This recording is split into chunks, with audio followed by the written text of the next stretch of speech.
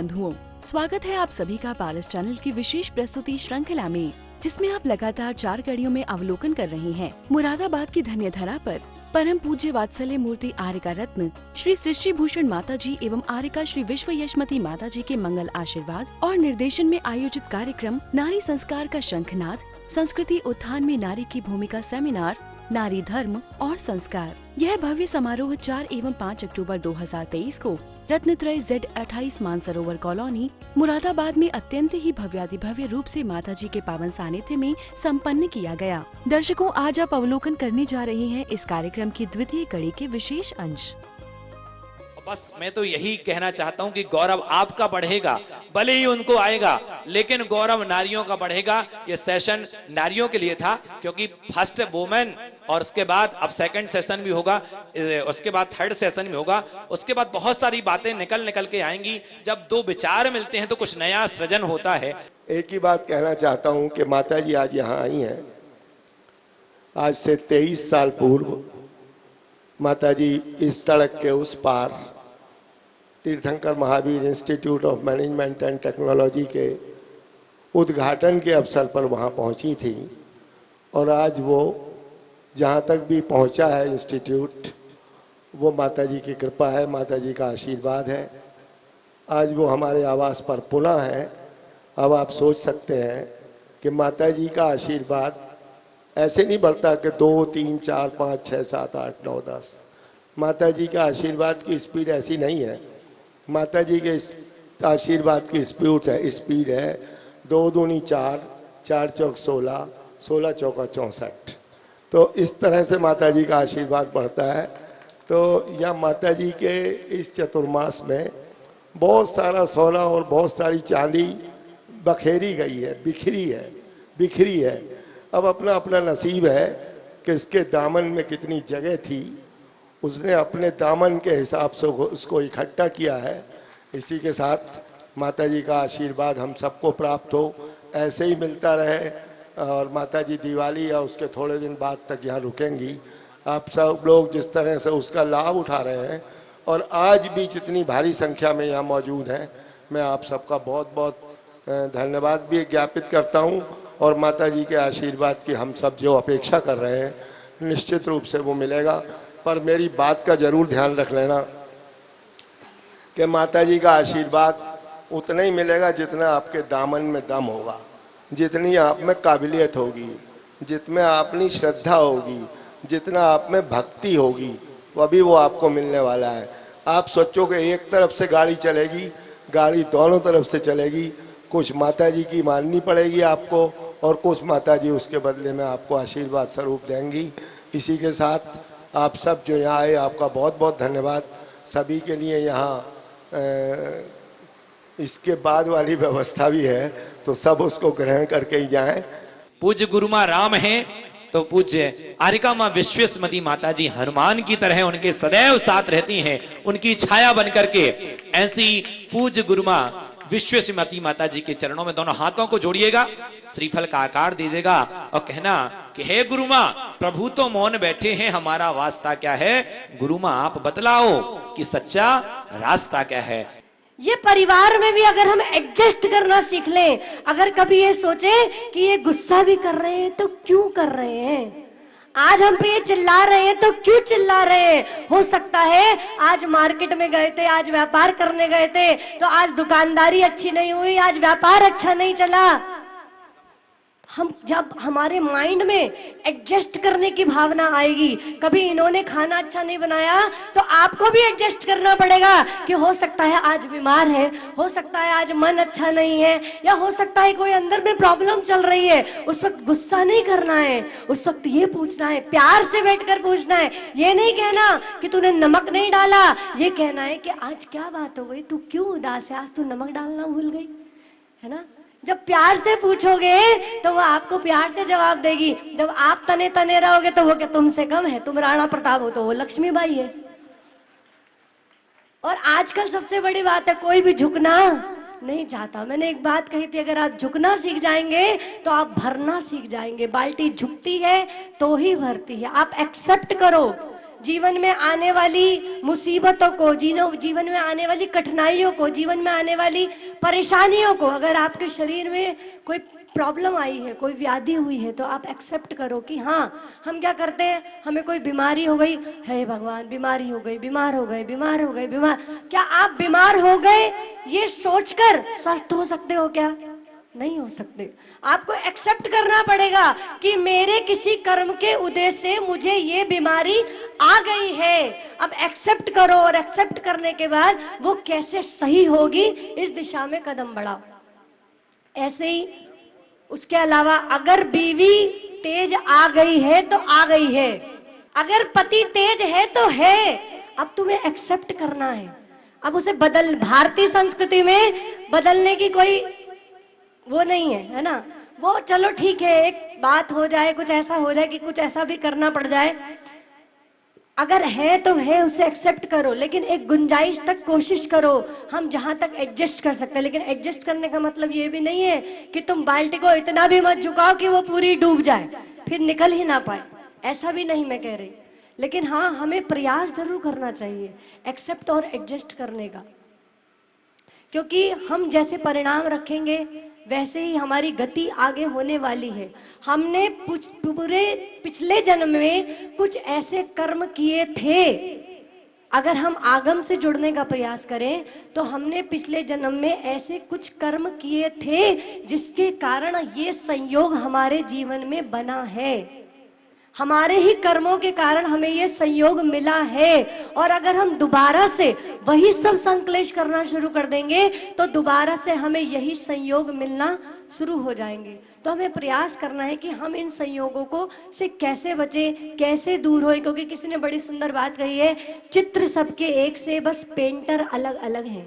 चित्र सबके एक से, बस पेंटर अलग अलग है, और जाना तो है सबको ही एक दिन, बस सेंटर अलग अलग है। किसी का सेंटर ऊपर पड़ जाना है और किसी का नीचे पड़ जाना है। संस्कृति में, संस्कृति के उत्थान में समाज का क्या योगदान है। मैंने उस दिन जब महासभा का कार्यक्रम हुआ था तब एक बात कही थी कि पुरुष भी संस्कार देता है, महिलाएं भी संस्कार देती हैं। पुरुष के संस्कार देने की भूमिका तब शुरू होती है जब बच्चे का जन्म हो जाता है। बिल्कुल सत्य घटना है गुजरात की। मैं ब्रह्मचारिणी थी, उनने कहा सैलू को बुला लाओ।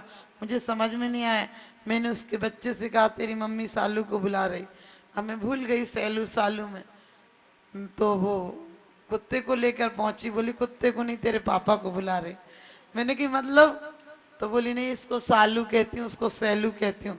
हमने कहा कुत्ते और पति में इतना फर्क नहीं है, तो बोली नहीं शैलेंद्र नाम है ना, प्यार से बुलाती हूँ। हमने कहा प्यार के इजहार का और कोई तरीका नहीं है। अरे सामने वाला समझ ही नहीं पा रहा कि कुत्ते को बुला रहे कि आदमी को बुला रहे। हमारे यहाँ वो मर्यादा थी कि यदि पति को ननद से कहना हो, पति को बुलाना और ननद से कहते तो आपके भाई साहब कहाँ हैं, आपका बेटा कहाँ है, आपके भैया जी कहाँ हैं, ये हमारे यहाँ की मर्यादा थी।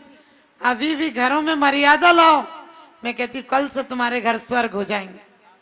लोग कहते हैं संसार में विश्वेल नारी तज गए योगीश्वरा। हमने कहा ये पुरुषों ने लिखी है पूजा। मैं ये नहीं कहती हूँ कि नारियों में दुर्गुण नहीं है, नारियां आज पुरुषों के समान होने की कोशिश कर रही हैं। मैं कहती हूँ नारी नारी हो जाए इतना ही बहुत है। नारी नाड़ी की तरह होती है, नारी के अंदर से नारित्व खत्म हो जाएगा, नारी की गरिमा खत्म हो जाएगी तो घर महाविनाश की तरफ चला जाएगा। क्योंकि सूर्पनखा ने राम से कहा था क्या नर नहीं होते दो दो नारी वाले। इतनी सी मर्यादा। आज का समय बहुत विसंगति युक्त है। ठीक है, किसी परिस्थिति से कोई को रास्ता निकालना पड़े वो बात अलग है, लेकिन हमारे यहाँ की नारियां घर के बाहर नहीं जाती थी। कहती थी आज वो नहीं, आज कैसे जाएंगे। आज के दिन तो अपनी फ्रेंड को फोन लगाती है, आज मैं फ्री हूं, आज वो बाहर गए। हमने कही तू फ्री है, घर के और काम काज देख ले। फ्री मत सोचो, आज भी मैं आपको नौकरियों के लिए, पढ़ाई के लिए कोई मनाही नहीं करती हूँ, लेकिन अपनी बेटियों को यदि चाहते हो कि इनकी जिंदगी में कोई टेंशन नहीं हो तो अपनी बेटियों को पद्म पुराण और हरिवंश पुराण पढ़ाकर भेजना। मेरी गारंटी है तुम्हारी बेटियों की जिंदगी में फिर कोई टेंशन नहीं आए। क्यों? क्योंकि द्रौपदी मनोवती इतनी महान सतियां हुई, लेकिन उनके पतियों ने भी क्या पुरुषों ने मर्यादा रखी? कभी जुए में हार दी तो कभी चीरहरण कर लिया। सोच कर देखना। कभी सीता को रावण ने हर लिया तो राम ने वनवास निकाल दिया, और उसके बाद भी आप कहते हो कि मर्यादा पुरुषोत्तम। मैं कहती हूं सीता ने मर्यादा दिखाई है। सीता वनवास गई, सीता ने अग्नि परीक्षा दी, नारी उसके बीच थी। नारी रीढ़ की हड्डी है, लेकिन नारी नर से आगे नहीं होना चाहिए। घर की एक मर्यादा बनाकर रखे नारी। आज आप सबको यही कहूंगी कि आप चाहते हैं कि आपके घर में अच्छा व्यक्तित्व आए, आपके बच्चे स्वर्ग के जीव आपके घर में आए, आपके घर में धन संपत्ति सबकी वृद्धि हो, तो आप अपनी बच्चियों को, क्योंकि अब बेटियों को नहीं सिखाया जा सकता है। पहले वो 7-8 साल की बच्चियों की शादियां हो जाती थी तो सास उसको जैसा सिखाती थी वैसे ही सीख जाती थी। पहले घर का एक बुजुर्ग देखाता था, लड़की 1 नंबर की निकलती थी। आजकल घर का सारा खानदान देखाता है। वो कहती तुम हमें एक एक करके देखने आए थे, हम तुम सबको एक एक करके देख लें। क्योंकि शादी के पहले ही साल जब आप देखने जाते हो लड़की, तो लगता है इससे अच्छा खानदान कोई नहीं होगा। वो भी अच्छे हंस के बोलती है आपसे, लीजिए ना, हंस के धीरे धीरे बोलती, बड़े प्यार से बोलती है, बड़े स्माइली फेस से बोलती है। लेकिन जब शादी होकर आती तो पहली बार चंद्रमुखी, दूसरी बार सूरजमुखी, बाद में वो ज्वालामुखी हो जाती है। विवाह क्या है? प्रारंभ में बाय बाय, बीच में हाय हाय, और तमाम जिंदगी सब तबाह तबाह। पहले लिखती है आपके चरणों की दासी, झगड़ा हो जाए फिर लिखती है आपकी प्राण प्यासी। महत्वपूर्ण ये नहीं है कि आपने कितना सुना, सुनने के बाद चुनना और गुनना ये महत्वपूर्ण है। निश्चित ही जब हमारे अंतरंग में कहते हैं कि पानी बरसे और मिट्टी गीला ना हो, ऐसा हो ही नहीं सकता। ऐसी माँ की वाणी बरसे और हृदय गीला ना हो, ऐसा हो ही नहीं सकता। अरे आज खुशी से झूम रहा दिल, ना जाने क्या बात है। आज खुशी से झूम रहा दिल, ना जाने क्या बात है। गुरमा का साथ है, गुरमा का साथ है, गुरमा का साथ है, गुरमा का साथ है।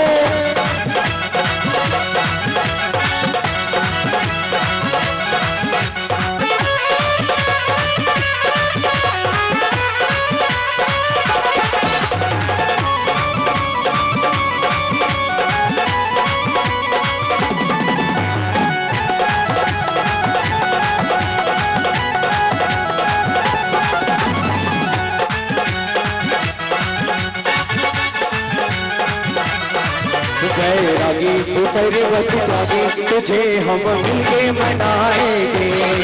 बैरागी ऊपर वसुरागी, तुझे हम मिलके मनाएंगे। तेरे आंगन है भावुकी, ओ तेरे आंगन है भावुकी, गंगा बहाएंगे। बैरागी उतर बस जागे, तुझे हम मिलके मनाएंगे। बैरागी उतर बस जागे, तुझे हम मिलके मनाएंगे।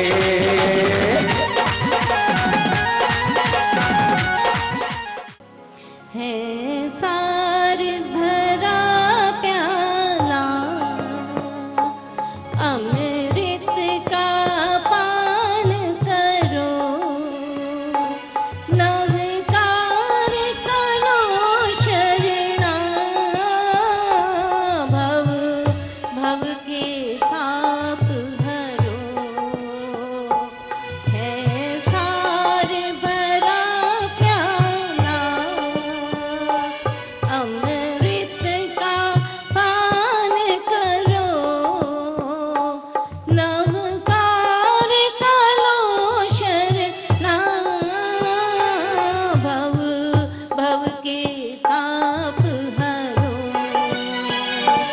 जप लो अरिहंताणम, भज लो सिर से ताणम, गुण लो आयरियाणम, ध्यावो नमो अजायाणम, नमो लो ये सब साहुणम, ऐसो पंच नमोकारो,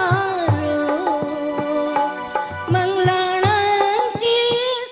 आज का जो दूसरा सत्य है इसी बात पर है कि हम पारिवारिक संबंधों को मधुर कैसे बनाएं, तो हमें ही को हटा करके भी को लगाना होगा। जब तक हमारे अंतरंग में केवल ही और ही रहेगा, निश्चित मानिएगा कभी ना मानसिक शांति हो सकती है और ना हमारे घर पर मधुर संबंध बन सकते हैं एक दूसरे से।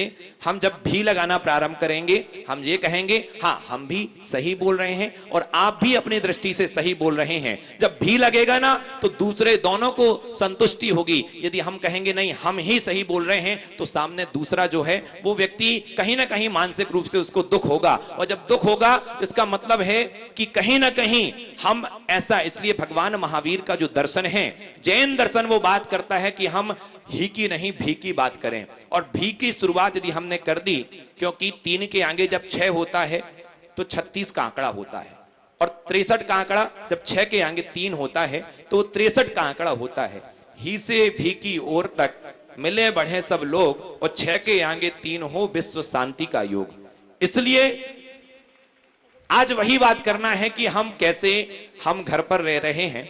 और ये मत समझना कि ये जो सेशन चल रहे हैं सब ही धर्म से संबंधित ही है, ये मान के चलिएगा, क्योंकि धर्म ही हमें मुस्कुराना सिखाता है। लोगों को लगता होगा कि मुस्कुराना धर्म सिखाता है। वास्तव में जो सच्चे धर्मात्मा होते हैं, आप ये मत सोचना कि केवल पूजा पाठ करना और पूजा पाठ कर लेना ये धर्मात्मा की पहचान है। नहीं, यदि कोई व्यक्ति व्यवस्थित जीवन जीता है, उसके कुछ मूल्य हैं, उसके कुछ वैल्यूज हैं, उसके जीवन में यदि कुछ गुण हैं और उस गुणों के साथ अपना जीवन का निर्वाह करता है, निश्चित मानिए वो धर्मात्मा है। देखा आपने दर्शकों, पूज्य माताजी ने सभी वर्ग के पुरुष व महिलाओं को संस्कृति के प्रति अग्रसर करते हुए धर्म के प्रति प्रशस्त किया।